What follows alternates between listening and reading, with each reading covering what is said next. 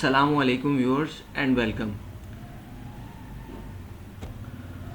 तो ये week independence day की वजह से एक दिन कम ट्रेडिंग थी, लेकिन फिर भी वॉल्यूम उस हिसाब से बहुत श्रिंक हो गया क्योंकि मार्केट साइडवेज में है 462 million as compare to 1030 million और 1455 मिलियन, यानी ड्रास्टिक डाउनफॉल है वॉल्यूम की साइड पे।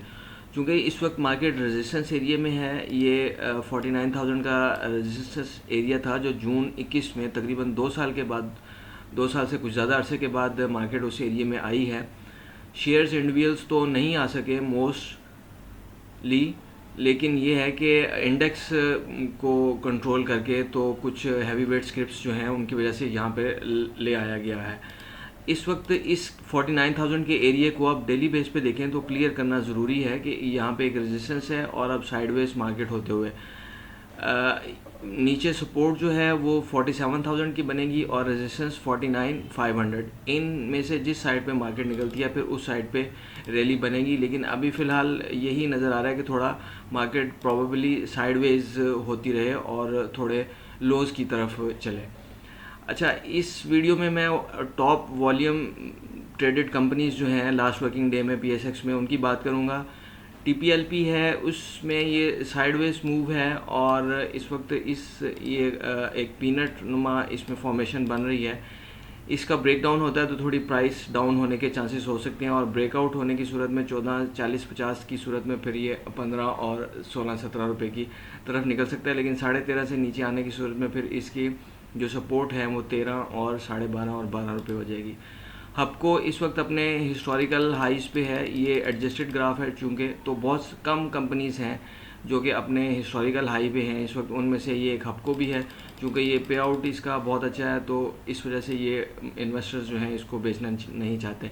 अटक रिफाइनरी वॉल्यूम लीडर्स में शामिल है और ये उन कंपनीज़ में से है जो जून 21 वाले अपने रेजिस्टेंस एरिया पे, ये जो मैं सर्कल ड्रा कर रहा हूँ वहाँ पे आया हुआ है और इसको ऊपर जाने के लिए ये एरिया जो है 270 का एरिया, इसे क्रॉस करके डिसाइसिव ऊपर क्लोजिंग देना ज़रूरी है। अदरवाइज़ ये साइडवेज 235 रुपये और 270 रुपये की एरिया में ही ट्रेड होता हुआ नज़र आ रहा है। बैंक अल्फा अपने नए हाईज लगाता हुआ और हिस्टोरिकल हाई के करीब ये पहुंच रहा है। ये भी चूँकि एडजस्टेड प्राइस है तो इसका 47 और 46 का एरिया जो है ये रेजिस्टेंस है। ये एक अच्छी कंसोलिडेशन के बाद इसने जब ब्रेकआउट लिया, ब्रेकआउट के बाद पुल बैक और पुल बैक के बाद 34-35 का एरिया इसका ख़रीदारी का था और अभी ये प्रॉफिट टेकिंग के एरिया में एंटर हो रहा है। MLCF ये अपने रेजिस्टेंस एरिया में आने के बाद यहाँ पे साइडवेज और 200 EMA जो है वो 28 पे है। नीचे इसकी सपोर्ट जो बनेगी वो 29 और 2850 का एरिया बनेगा। टैली में कोई ख़ास मूव नहीं है साइडवेज में, सिवाय इसके कि 8.5 रुपये पे इसकी रेजिस्टेंस थी तो वो उसका ब्रेकआउट हुआ, लेकिन it turn into fake out.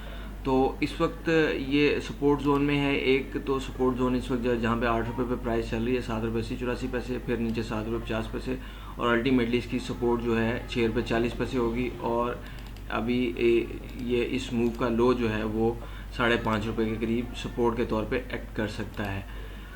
NCPL ये चूँकि पैसे इसके गवर्नमेंट की तरफ बहुत ज़्यादा ड्यूज़ हैं तो इसके पे आउट के बेहतर होने की चांसेस की वजह से ये अपने नए हाइस जो है रीसेंट मूव के नए हाइस लगाता हुआ। यूनिटी एक अच्छी मूव देने के बाद साइडवेज और ये रेजिस्टेंस एरिया था इसका 33-34 का, वहाँ तक तो नहीं जा सका, लेकिन 30 रुपीज़ का जो रेजिस्टेंस एरिया था उसे इसने ऑनर किया और अभी साइडवेज में होता हुआ इसकी सपोर्ट जो है अब वो नीचे 24 रुपये बनेगी और रेजिस्टेंस 29 रुपये 50 पैसे।